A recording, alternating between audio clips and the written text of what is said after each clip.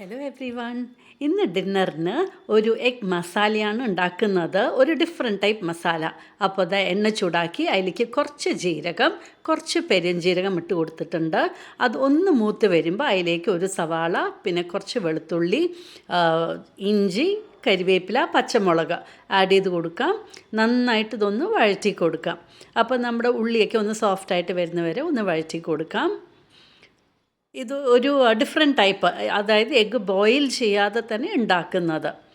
പിന്നെ അതപ്പോൾ tomato add ചെയ്ത് കൊടുത്തിട്ടുണ്ട്.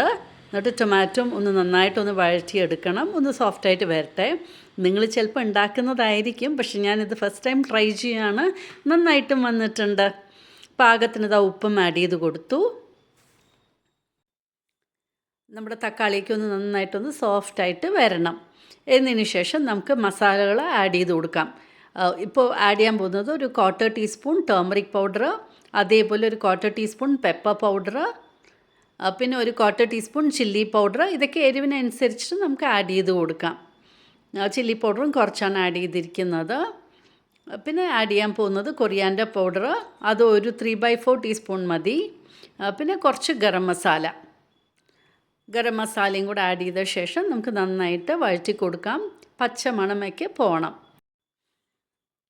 ഇനിയിപ്പോൾ നമുക്ക് കുറച്ച് വെള്ളം ആഡ് ചെയ്ത് കൊടുക്കാം. അപ്പോൾ വെള്ളത്തിൽ ഈ മസാലയും സവാളയും ടൊമാറ്റോയ്ക്ക് ഒന്ന് വെന്ത് കിട്ടട്ടെ. അപ്പോൾ ഇതാ കുറച്ച് വെള്ളം ആഡ് ചെയ്ത ശേഷം നമുക്കിതൊന്ന് തിളപ്പിച്ചെടുക്കാം.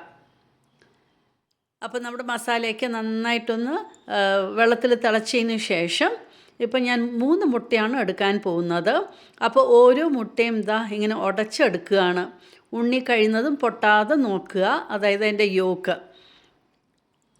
ഇപ്പോൾ എന്നിട്ട് ഇങ്ങനെ ഈ മസാലയിലേക്ക് ഒഴിച്ച് കൊടുക്കുക. അപ്പോൾ 3 മുട്ട ആഡ് ചെയ്തു. ഇനി ഇത് കവർ ചെയ്ത് ലോ ഫ്ലെയിമിൽ നമുക്കൊന്ന് കുക്ക് ചെയ്തെടുക്കാം. ഒരു 4 to 5 മിനിറ്റ്സ്. ഒരു 4 to 5 മിനിറ്റ്സ് കഴിയുമ്പോൾ നമുക്ക് തുറന്ന് നോക്കാം. നമ്മുടെ യോക്കൊക്കെ അങ്ങ് വെന്ത് വന്നിട്ടുണ്ട്. ഇതിപ്പോൾ നമുക്കിങ്ങനെ കട്ട് ചെയ്തതിന് എടുക്കാനായിട്ട് കിട്ടും. അപ്പോൾ ഈ മസാലയ്ക്ക് ഒന്നും കൂടെ നമുക്ക് മുകളിലാക്കി കൊടുത്ത ശേഷം ഒരു 2-3 മിനിറ്റ്സ് വീണ്ടും ലോ ഫ്ലെയിമിൽ തന്നെ ഇരിക്കട്ടെ. ലോ ഫ്ലെയിമിൽ വെച്ചാൽ മതി. അങ്ങനെ അടിപൊളി ഒരു മസാല റെഡി ആയിട്ടുണ്ട്. സൈഡ് ബൈ സൈഡ് ഞാൻ ചപ്പാത്തിയും ഉണ്ടാക്കിക്കൊണ്ടിരിക്കുന്നുണ്ട്. അപ്പോൾ ഇതൊരു ഡിഫറെൻറ്റ് ടേസ്റ്റ്. ഒന്നില്ലെങ്കിൽ ഞാൻ ബുർജി, ഇല്ലെങ്കിൽ ഞാൻ എഗ്ഗ് ബോയിൽ ചെയ്തിട്ടാണ് ഉണ്ടാക്കുക. ഇതാദ്യമായിട്ടാണ് ഇങ്ങനെ പൊട്ടിച്ചുണ്ടാക്കിയിരിക്കുന്നത്. നന്നായി വന്നിട്ടുമുണ്ട്.